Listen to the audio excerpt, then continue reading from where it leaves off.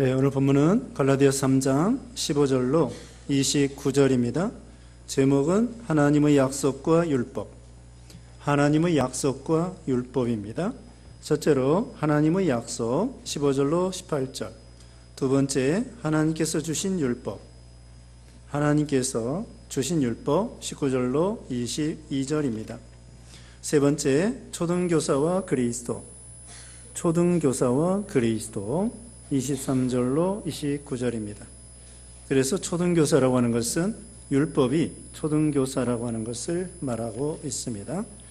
그래서 오늘 제목은 하나님의 약속과 율법. 네, 약속이라고 하는 것은 복음, 그리스도에 대한 약속을 가르쳐 주는 것입니다. 15절 말씀에 형제들아 내가 사람의 예대로 말하노니 사람의 언약이라도 정한 후에는 아무도 폐하거나 도하거나 하지 못하느니라.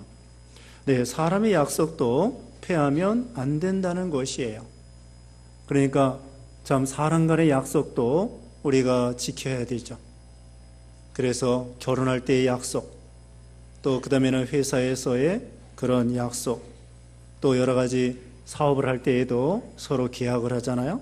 그런 걸 잘 지키라는 것입니다. 또 우리가 시간 약속, 예배 시간 약속, 친구 간에 만나는 약속, 그런 시간 잘 지켜야 되겠죠. 우리나라 옛날에는 코리안 타임이 있었습니다.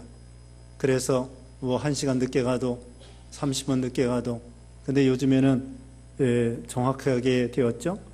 요즘에도 이집트, 애굽 같은 데에서는 애굽 타임이 있다고 합니다. 그래서 점심때 약속했는데 저녁 때 간대요. 그럼 왜 이렇게 늦었냐고 그러면은, 아니 왔으면 됐지 뭐, 오기만 하면 됐지 뭐, 이런 식으로 얼버무리고 넘긴다고 합니다. 그만큼 아니 대여섯 시간 기다리게 만들고, 그 얼마나 그 비생산적이죠. 그래서 우리가 사람과의 약속 이런 것도 잘 지켜야 되고, 이 세상의 법도요 잘 지켜야 됩니다. 교통법규 아무데나 건너지 말고 횡단보도 통해서 건너고, 교통법규도 잘 지켜야 돼요. 그런데 하물며 하나님의 약속은, 이건 한 번 약속했으면은 절대로 폐하지 않는다는 거예요.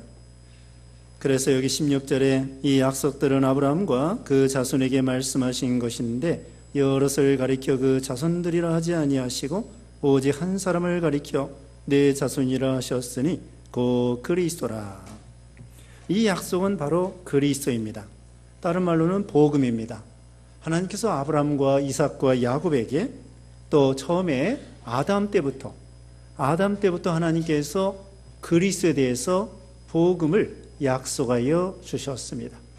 그래서 창세기 3장 15절에는 여인의 후손이 뱀의 머리를 상할 것이고 뱀이 여인의 후손의 발꿈치를 상할 것이다.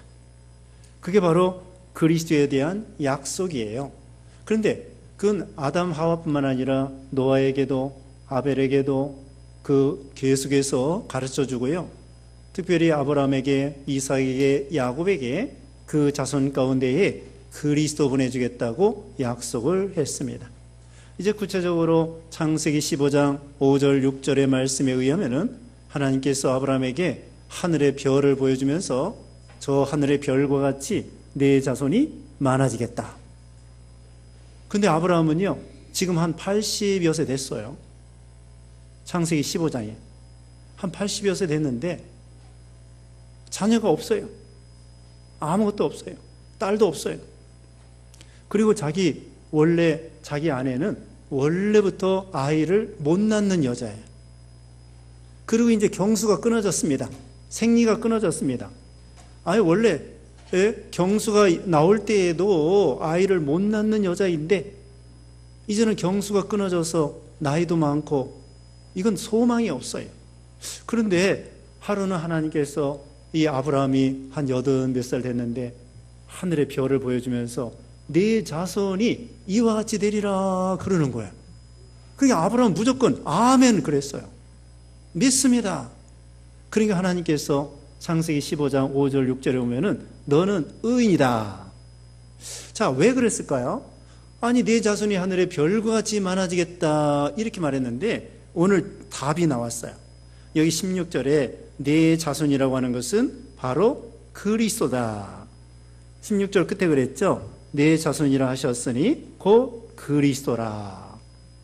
바로 아브라함에게 내 자손이라고 하는 것은 아브라함의 자손 가운데에 그리스도 보내주겠다는 거예요. 그걸 아브라함이 믿은 거예요.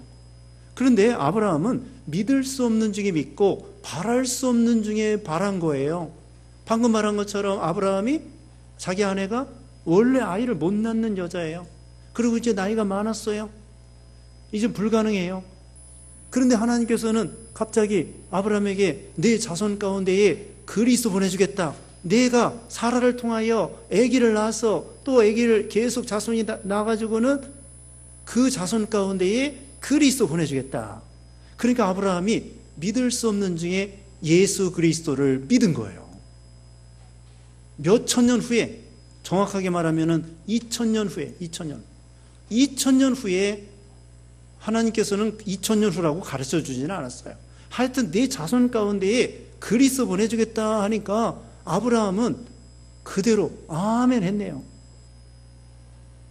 그래서 우리가 앞에서 아브라함의 신앙이 나오는데 우리가 다 아브라함과 같이 예수 그리스도를 믿으면 아브라함의 자손이라. 여기 3장 7절입니다. 3장 7절에 그런즉 믿음으로 말미암은 자들은 아브라함의 자손인 줄 알지어다. 아브라함이 오실 예수 그리스도를 믿은 것처럼 오늘날 이미 오신 예수 그리스도를 믿으면 우리가 다 아브라함의 자손이 되는 거예요. 영적으로. 혈통적으로는 유대인이 아니기 때문에, 이방인이기 때문에 혈통적으로는 아브라함과 상관이 없지만 예수님을 믿음으로 아브라함도 오실 예수님을 믿고 우리는 이미 오신 예수님을 믿고 똑같이 아브라함과 우리가 예수님을 믿음으로 의인이 되는 거예요. 참 아브라함의 믿음이 대단하죠? 대단해요. 아니 아무것도 없는데 자손이 그리스도, 자손 가운데 그리스도 보내야겠다. 그런데요, 우리 믿음도 대단해요. 우리 믿음도 대단해요. 왜 그런가? 우리가 예수님을 눈으로 봤어요. 십자가에 죽는 거 봤어요. 2000년 전에 예수님이 십자가에 죽으셨는데 우리가 그거 본 것도 아니에요. 부활한 거 예수님 손 만져본 것도 아니에요. 그런데 우리는 성경을 통하여, 성령님을 통하여 이 복음 되시는 예수님이 믿어진다 이거예요. 아브라함이 아무것도 없는 중에 바랄 수 없는 중에 바라고 오실 그리스도를 믿은 것처럼 오늘날 우리들도 2000년 전에 예수님이 십자가에 죽으신 거, 살아나신 거 믿는 거예요. 그게 복이에요. 바요나 시모나 내가 복이 있도다.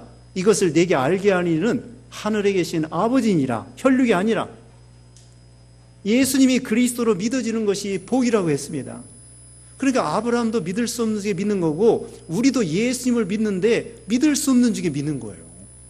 도마가 그랬죠. 예수님 만져보고 나서는 그때서야 예수님 나의 주님 나의 하나님 그랬어요. 그랬더니 예수님이 뭐라고 그랬습니까? 너는 본고로 예수 믿느냐? 본고로 나를 믿느냐? 이제후로는 보지 않고 믿는 자가 더 복되도다. 우리는 예수님을 안 보고도 믿어요. 도마의 믿음보다 훌륭합니다. 도마는 뭐예요? 도마는 만져보고 믿는 거예요. 만져보고. 예수님 부활하신 걸 만져보고 믿는 거예요. 우리는 만져보지도 않고도 예수님이 부활하신 것을 믿는 거예요.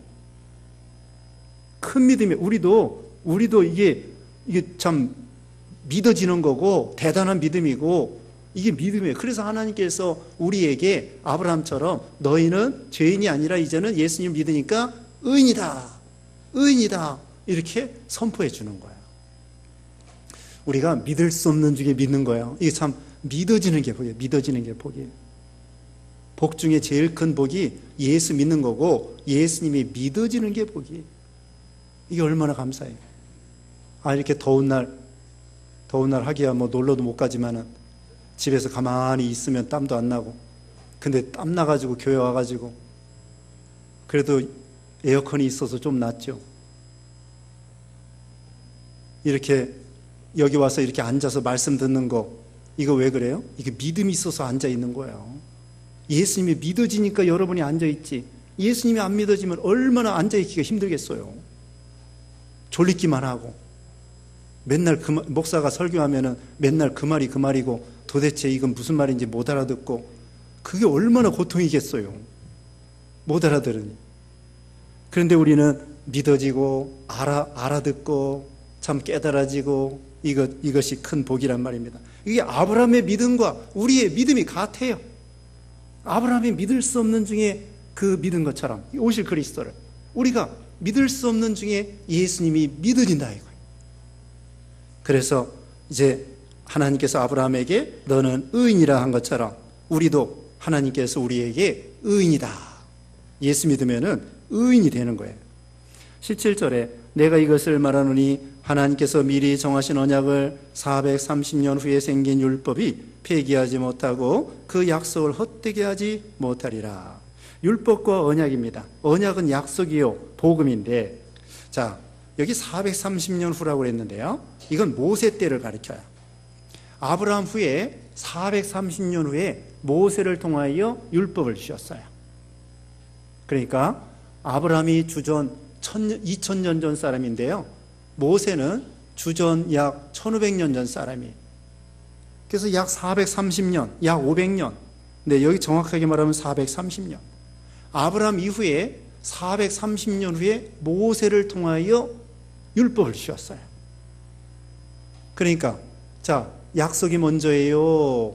율법이 먼저예요? 약속이 먼저예요.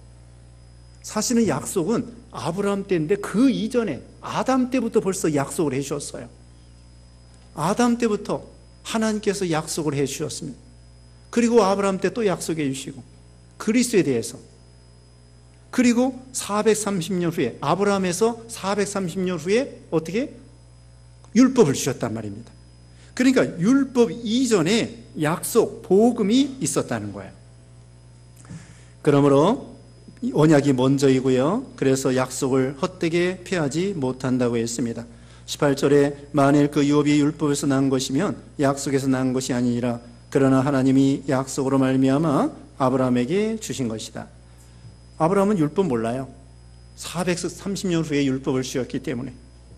그래서 약속으로 말미암아 아브라함에게 주신 거고요. 19절에 그런즉 율법은 무엇이냐? 범법함으로 더하여진 것이라. 천사들을 통하여 한 중보자의 손으로 베푸신 것인데 약속하신 자손이 오시기까지 있을 것이라. 약속하신 자손은 그리스도예요.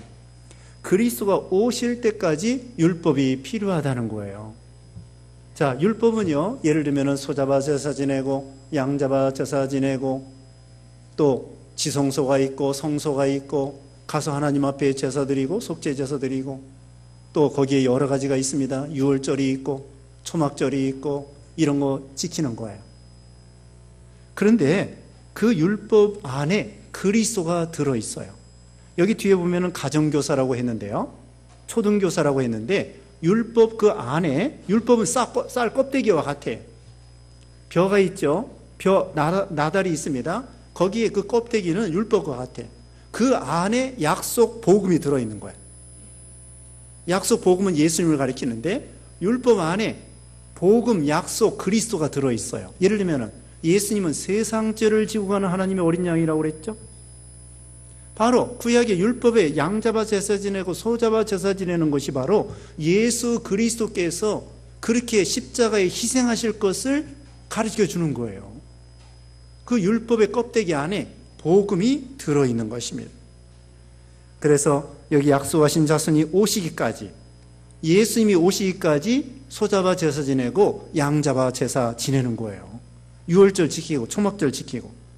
그런데 예수님이 오신 다음에는 이제는 그 율법으로 소잡아 제사 지내고 양잡아 제사 지내는 것이 필요 없게 된 거예요.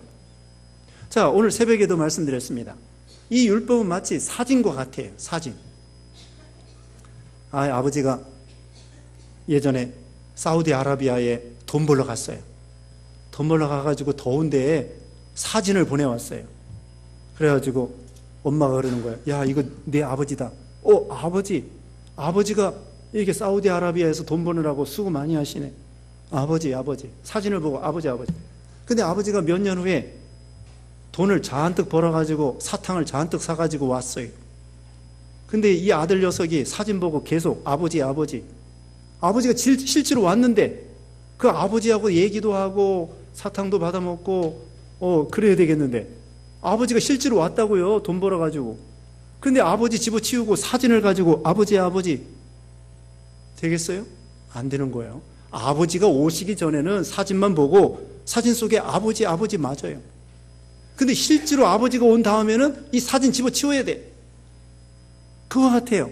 율법이 예수님이 오시기 전에는 그리스도를 보여주는 거예요. 아, 그리스도께서 이렇게 고난당하실 것이다. 이렇게 우리를 위해서 피 흘려주실 것이다. 우리를 사랑하시는구나. 감사하구나. 이런 걸 다 보여주는데 실제로 예수님이 온 다음에는 이제는 소잡아 양잡아 제사 지내면 안 되는 거예요. 이제는 이건 이제 소잡아 제사 지내는 거, 유월절 지키는 거 다 집어치워야 돼요. 율법의 껍데기 다 집어치워야 돼요. 다만 율법에 포함되어 있는 진리는 따라가요. 진리, 계명, 십계명, 도덕법 이건 지켜야 돼요. 의식법은 폐지된 거예요. 의식법. 그러니까 소잡아 제사 지내는 그 의식 이런 것은 폐지했지만은 도덕법은 폐지한 게 아니에요. 십계명, 하나님 사랑, 이웃 사랑, 십계명 이건 도덕법이에요. 그것은 예수님이 오신 후에도 지켜야 돼요. 그러나 의식법, 소잡아 제사 지내고 유월절 지키고 이것은 폐지됐다는 말입니다. 그래서 여기 보면 19절 끝에 약속하신 자손이 오시기까지, 예수님이 오시기까지 율법이, 의식이 필요한 것입니다. 20절에 그 중보자는 한편만 위한 자가 아니나 하나님은 한 분이시니라. 자, 중보자는요 양편을 위한 거지만 하나님은요 일방적으로 계약을 하시고 일방적으로 은혜를 주시는 하나님이십니다. 우리 하나님께서는 일방적으로 행위계약을 맺으시고 선악과 먹으면 죽는다. 그리고 일방적으로 우리에게 은혜를 베풀어 주셔서 예수님을 통하여 거저 은혜를 주시는 거예요. 하나님께서 일방적으로 예수님 보내주겠다, 예수님 믿어라 이렇게 하시는 거예요. 우리 보고 물어보지 않습니다. 우리 보고 상의하고 물어보고 또 우리가 하나님 앞에 따져보고 아니에요. 하나님의 우리에게 약속하신 것은 선악과 행위계약도 이거 먹지 마라. 또 은혜계약 예수님 보내주시는 것도 내가 그리스도 보내주겠다. 믿어라. 하나님께서는 우리에게 상의하는 것도 없고 우리에게 물어보는 것도 없고 일방적으로 예수님 보내주셔서 믿어라. 그래야 구원받는다. 우리가 수요예배 시간에도 말했습니다. 하나님 말씀은요 선포예요. 선포. 경계예요. 명령이에요. 하나님께서 우리에게 명령하시는 것입니다. 그래서 우리는 하나님의 명령에 대해서 따지면 안 돼요. 하나님과 우리는 차이가 너무 많이 납니다. 하늘과 땅 차이예요. 그 이상이에요. 그렇기 때문에 하나님의 명령에 대해서 이러쿵 저러쿵 따져보고 하나님이 우리하고 상의해보고 그거 필요 없어요. 하나님은 전지전능하시기 때문에 천가지 만가지 천만가지를 생각해서 하나님 말씀을 주시면서 순종해라, 명령해라. 우리는요 그 명령을 순종만 하면 복을 받는 거예요. 따져볼 필요 없어요. 연구할 필요도 없어요. 하나님의 명령은 하나님께서 전지전능하신 하나님이 다 연구하고 연구도 필요 없지. 하나님께서는 다 아셔가지고 우리에게 너무나 좋은 것이기 때문에 이것은 하나님의 명령에서 먹어라. 전지전능하신 하나님께서 어련히 알아서 명령하면 우리는 그대로 순종하면 복을 받는 거예요. 아이들이 약을 먹어야 됩니다. 쓴 약은 양약은 입에 쓰다고 그랬잖아요. 예전에 한약 먹으려고 하면은 써요. 요새 또 더위 먹는다고 해가지고 예전에는 익모초가 있습니다. 익모초 먹어보셨어요? 배탈 났다고 그냥 어머니 할머니가 그냥 그 쓴 것을 갈아가지고 먹어라. 약 먹을 때요 안 먹으면 코를 잡아요. 코를 잡아가지고 억지로 먹는. 아니 왜 그 아이가 싫다는데 억지로 먹입니까? 좋으니까. 엄마는 그 아이보다 모든 걸 다 알아.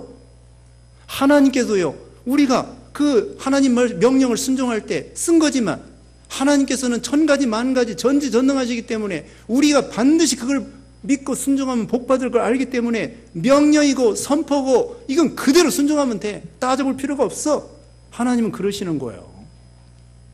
근데 우리는 악해가지고 하나님께 따지고 반항하고 거역하고 이해 못하고 어리석고 하나님이 왜 그러냐고 원망하고 그럴 때가 많아요. 근데 우리는 하나님 명령을 그대로 순종하면요, 하나님은 모든 걸 다 계산해가지고 우리에게 명령을 떨구는 거예요. 그게 우리는 따질 필요가 없어요. 그 하나님께서는 우리에게 너의 행복을 위해서 이 명령과 규례와 법도를 지킬 것이 아니냐. 신명기 10장 13절에 그랬잖아요. 그래서 여기 하나님께서는 한 편만 유한다는 건 뭐냐? 중보자는 양편을 다 유하지만 하나님은 한 분으로서 절대 주권을 가지고 혼자 명령을 하시고 또 쉽게 계명을 주시고 또 예수님 그냥 보내주시는 거예요. 너무나 좋은 것이기 때문에, 사는 것이기 때문에 그냥 우리는 믿기만 하면 되는 거예요. 하나님께 왜 예수님 아니고 딴 분 안 보내주시고 그런 어리석은 그런 건 필요 없어요. 하나님이 가장 정확하고 분명하고 확실하고 은혜로우신 예수님을 보내주신 거죠. 그 다음에 21절에 하여튼 일방적입니다. 하나님은 우리에게 일방적이라고 해도 우리는 너무나 감사한 거예요. 그래서 우리는 민주주의가 아니라 신주주의라고 했습니다. 신주주의. 우리 하나님은 절대 주권을 가지고, 우리 하나님은 독재를 해도요 좋은 독재예요. 우리 하나님은 세상의 독재는 안 좋은 독재지만 우리 하나님은 독재를 하시더라도 우리 성도들에게 복을 주시는, 가장 아름다운 그런 복을 주시는 그런 선하신 하나님이십니다. 그래서 하나님은 일방적으로 하셔도 너무나 좋은 것입니다. 21절에 그러면 율법이 하나님의 약속들과 반대되는 것이냐? 결코 그럴 수 없느니라. 만일 능히 살게 하는 율법을 주었더라면 의가 반드시 율법으로 말미암아 쓰리라. 자, 율법이 하나님의 약속들과 반대되는 것이 아닙니다. 율법도 좋은 것입니다. 율법도 하나님이 주신 거예요. 율법 좋은 것입니다. 그런데 뭐가 문제느냐? 우리가 율법을 다 지키지 못하는 것이 문제예요. 율법은 좋은 것입니다. 여러분, 병 들어가지고 병원에 갔어요. 근데 의사 선생님이 못 고친다는 거예요. 그럼 의사가 잘못했습니까? 내가 병든 게 잘못된 겁니까? 의사가 뭐가 잘못있어? 의사는 잘못 없어요. 내가 병든 게 잘못이지. 내가 병 들어가지고 병원에 갔더니 의사가 말하기를 당신은 이런 병에 걸렸는데 나는 못 고치겠소. 큰 병원에 가보시오. 그럼 그 의사가 나쁜 놈입니까? 의사 나쁜 사람 아니에요. 내가 병든 게 잘못된 거라고. 율법도 마찬가지예요. 율법이라고 하는 선생님이 계시는데 우리 보고 너 이것도 죄짓고 저것도 죄짓고 너 죄이냐? 그럼 율법이 나쁜 거예요? 그게 아니에요. 내가 죄진 게 나쁜 거예요. 아까 병든 게 나쁜 거고 선생님은 아무것도 괜찮아. 율법은 좋은 거예요. 가르쳐 주는 거야. 너 이런 병도 있구나. 너 저런 병도 있구나. 이런 죄도 있구나. 저런 죄도 있구나. 너 병 고쳐야 되겠구나. 그런데 그 의사 선생님은, 율법의 선생님은 난 못 고치겠다. 난 못 고치겠다. 예수 선생님에게 가봐라. 그거예요. 율법 선생님이, 율법 의사 선생님이 야, 너 병이 너무 많아. 넌 죄가 너무 많아. 나는 도대체 너 못 고쳐겠어. 저기 유명한 예수 선생님 의사한테 가봐. 그 의사 선생님은 만병통치야. 다 고칠 수 있어. 어떤 죄도 다 해결해 주셔. 그런 식이에요.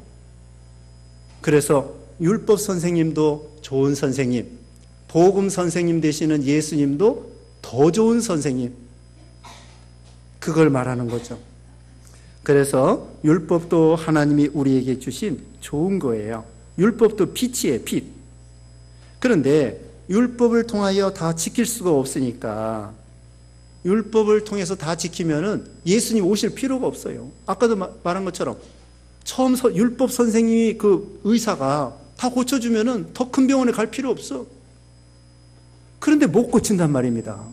병이 너무 중해가지고 죄가 너무나 많아가지고. 그래서 하나님은 이 복음을 주시게 된 거예요. 그 다음에 22절에 그러나 성경이 모든 것을 죄 아래에 가두었으니 이는 예수 그리스도를 믿음으로 말미암는 약속을 믿는 자들에게 주려 함이라.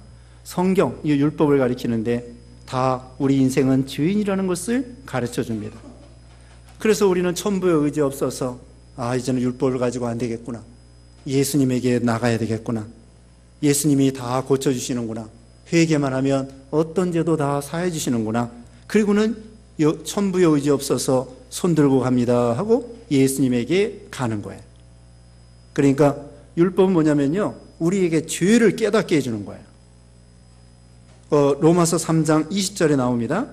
로마서 3장 20절에 나오는데 율법은 죄를 깨닫게 해 주시는 것이다. 그 다음에 율법의 또 한 가지는 그리스도에게로 인도하는 것입니다. 여기 이제 바로 이어서 초등교사라고 했는데 그리스도에게로 인도하는 것이다. 거기 24절에 나와요. 자, 23절 봅니다. 믿음이 오기 전에 우리는 율법 아래에 매인바 되고 계시될 믿음의 때까지 갇혔느니라. 네, 율법, 믿음, 예수님이 오시기 전에 율법 아래에 매인바 되었어요. 그러다가 예수님이 오시면은 믿음으로 이제 율법도 물론 그리스도를 보여준다고 그랬죠. 그 다음에 24절에 이같이 율법이 우리를 그리스도께로 인도하는 초등교사가 되어 우리로 하여금 믿음으로 말미암아 의롭다함을 얻게 하려 함이라.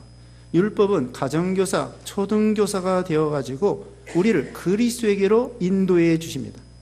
자, 율법의 용도 여러 가지가 있지만 크게 두 가지. 한 가지는 죄를 깨닫게 해주시고 한 가지는 예수님에게로 인도하는 거예요. 자, 이제 꼭 기억하셔야 돼요. 율법의 용도, 첫째로는 뭐예요? 죄를 깨닫게 하시고 두 번째로는 그리스도에게로 인도하시는 거예요. 율법이 자꾸 죄를 지적해 줘요. 근데 율법은 죄를 해결해 주지 못해요. 율법은 마치 병원에 가면은 우리 병든 것을 여러 가지 알아보잖아요. 엑스레이 찍고 MRI 찍고 CT 찍고 그걸 찍으면은 우리가 병든 걸 알 수가 있어요. 율법이 바로 그와 같아. 좋은 거죠? 좋은 겁니다. 그래서 율법을 통하여 자, 십계명도 율법의 요점인데요. 살인하지 말라. 만약에 그런 계명이 없으면은 남 죽여도 죄인지 몰라요. 간음하지 말라. 도둑질하지 말라. 만약 그런 계명이 없었다고 하면 간음해도 뭘, 도둑질해도 뭘, 죄가 죄인 줄 몰라요. 근데 하나님께서 분명히 살인하지 말라, 간음하지 말라, 도둑질하지 말라, 거짓 증거하지 말라, 탐내지 말라 말했기 때문에 그게 이제 그걸 어기면은 죄가 되는 거예요. 중국에 갔더니 학생들이 있잖아요. 교실에다가 침을 탁탁 뱉는 거야. 그리고 버스 타고 가도 담배 펴서 막 버리고 침 뱉고 버스간에다가. 우리는 도저히 이해를 하지 못하죠. 학생들이 공부하는데 바닥에다 침을 탁탁 뱉어요.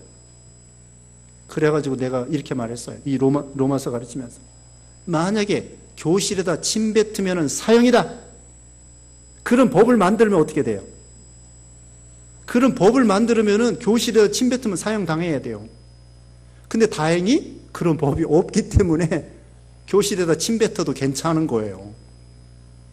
아시겠죠? 만약에 율법이 살인하지 말라 그런 법이 없으면 살인해도 죄가 아니에요. 그런데 분명히 살인하지 말라 했기 때문에 살인하면 죄가 되는 거예요. 교실에 침 뱉으면 사형이다. 그런 법이 없기 때문에 침 뱉어도 사형 안 당한다는 거예요. 그러니까 벌써 알아보고서는 학생들이 뭐라고 하기, 그다음부터는 침을 안 뱉어요. 사형당할까봐 그런 게 아니고 교실에 침을 안 뱉더라고. 그런 식으로 말을 하니까. 그와 같이 법이 없으면은요, 죄가 아닙니다. 살인하지 말라 법이 없으면 살인해도 하나님은 죄라고 생각 안 해요. 예를 들면은 송아지 죽이면은 사형이다. 그런 법이 없잖아요. 그러니까 송아지 죽여서 소고기 해먹는 거예요. 괜찮아요. 그와 같이 율법은 죄를 깨닫게 해주시는 거야. 율법은 죄를 깨닫게 해주는 거고. 또 율법은 24절에 있는 것처럼 그리스도에게로 인도하는 초등교사가 됩니다. 가정교사가 돼요. 가정교사가요, 그 아이들을 가르쳐서 점점 성장하게 만들어 나가잖아요. 그와 같아요. 그리고 다음 시간에 배우겠는데요, 4장 2절 봅니다. 4장 2절에 그 아버지가 정한 때까지 후견인과 청지기 아래 있나니. 아이가요, 어렸을 때에는 후견인이 필요해요.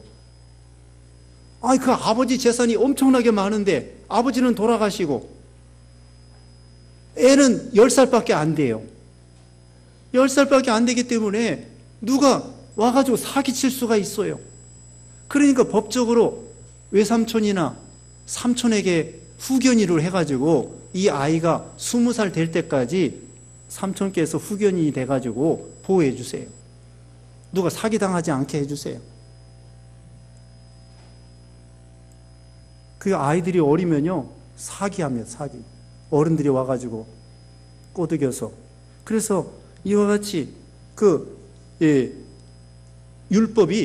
율법이 예수님이 오시기 전까지는 후견인 그렇게 되는 거예요. 그래서 예수님이 오시면은 후견인 필요 없어요. 더 이상 필요 없는 거예요. 그 다음에 이제 25절 봅니다. 25절. 믿음이 온 후로는 우리가 초등교사 아래 있지 아니하도다. 믿음, 예수님을 통하여 믿음으로 구원받는 것, 거기에는 더 이상 초등교사가 필요 없습니다. 우리가 자라났어요. 이제는 믿음이 성장했기 때문에, 예수님을 믿음으로 구원받기 때문에 더 이상 율법 아래 있을 필요가 없습니다. 26절에 너희가 다 믿음으로 말미암아 그리스도 예수 안에서 하나님의 아들이 되었으니. 믿음으로 예수 안에서 하나님의 자녀가 되었습니다. 율법을 통하여 된 게 아니에요. 믿음으로 된 것입니다. 27절에 누구든지 그리스도와 합하기 위하여 세례를 받은 자는 그리스도로 옷 입었느니라.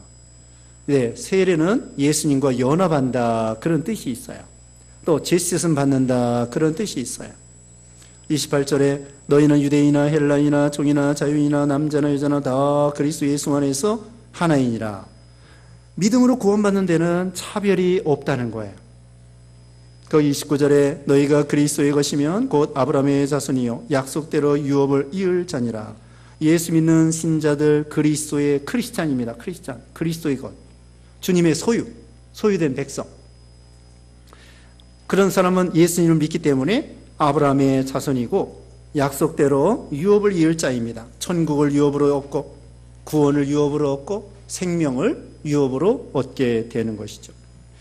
여기 지금 말씀한 것처럼 28절에 유대인, 헬라인, 종이나 자유인이나 남자나 여자나 다 그리스도 안에서 하나이다. 다 예수 믿어 구원받게 되는 거예요. 차별이 없습니다. 이방 사람도 앞에서 배운 것처럼 아브라함이 모든 민족으로 너를 조상으로 삼겠다. 민족의 조상으로 삼겠다. 우리가 아브라함의 자손입니다. 믿음으로. 우리 같은 이방 사람도 구원받습니다. 옛날에는 유대인들이 이방 사람을 개와 같이 취급했습니다. 근데 오늘날 같이 음식도 안 먹었습니다. 그렇게 차별을 뒀는데 이제는 차별이 없어요. 유대인이나 헬라인이나 믿기만 하며, 종이나 자유인이나 믿기만 하며, 남자나 여자나 믿기만 하며 다 구원받는 거예요. 아이들도 예수 믿으면 구원받고, 이제 구원에 차별이 없습니다. 하나님 앞에 우리가 다 믿음으로 누구든지 다 구원을 받게 된 거예요. 행위로 구원받는 것이 아닙니다. 율법을 다 지켜서 구원받을 사람 없습니다. 믿음으로 구원받는, 돈으로 구원받는 거 아니고, 혈통으로 구원받는 거 아니고, 공부나 지식으로 구원받는 것이 아니고, 무슨 권력이나 왕이나 이런 것으로 구원받는 것이 아니라 차별이 없어요. 누구든지 믿기만 하면. 근데 세상 사람들은요, 차별해요. 조선시대에도 양반이 있고 상민이 있고 그 다음에 중인이 있고 그런 것이 있습니다. 근데 우리 기독교가 들어옴으로 인해서요, 양반이 없어졌어요. 상민도 없어졌어요. 그래가지고 양반과 상민이 같이 교회 다녀요. 머슴과 주인이 같이 교회 다니고 같이 세례받고 같이 집사되고. 근데 머슴이 먼저 장로가 됐어요. 그 다음에 주인이요, 저기 익산에 그런 교회가 있어요. 그래서 주인이 나중에 장로가 되었어요. 그리고 머슴이요, 장로가 됐는데 신학교 갔어요. 목사가 됐어요. 다시 그 교회 갔어요. 자기 주인을 장로로 해가지고는 목사가 돼서, 머슴이 목사가 돼서 주인 장로 같이 그렇게 신앙생활하는 거예요. 얼마나 아름답습니까? 차별이 없이. 응? 조덕삼 장로, 그 다음에 이자익 목사죠. 어느 교회예요? 금산교회인가? 익산의 금산교회의 이자익 목사와 조덕삼 장로. 근데 그 조덕삼 장로 자녀들이 국회의원이 됐다고 그랬죠? 아니, 국회의원 된 거 아니에요? 목사가 됐나? 네. 하여튼 그런 우리 기독교 안에서는 차별이 없습니다. 얼마나 감사해요. 우리나라 양반, 상민, 차별 없어진 거, 우리 기독교가 부흥되게 된 그런 계기가 된 거예요. 이거 얼마나 감사해요. 제가 상민이고 여러분 양반이면 설교 듣겠어요? 그러니까 그런 그 교회가 안 되는 거예요. 그러니까 일제시대 때 하고, 일제시대 때 나라가 망하는데 상민, 양반이 무슨 소용이 있어? 그래서 독립운동하는 사람이 최고야. 일제시대 때 그렇게 된 거예요. 또 6.25 때 상민, 양반이 무슨 필요가 있어? 나라가 망하게 생겼는데. 전쟁에 나가가지고 싸우는 사람이, 애국자지. 우리나라가 그게 하나님의 은혜예요. 이게, 계급이 없어진 게 이게 하나님의 은혜입니다. 자, 여기서 이제 아브라함의 자손 그리스도를 통하여 우리가 믿음으로 구원받는다. 율법은 가정교사요. 네, 예수님이 오실 때까지 필요해서 하나님이 주신 것이다.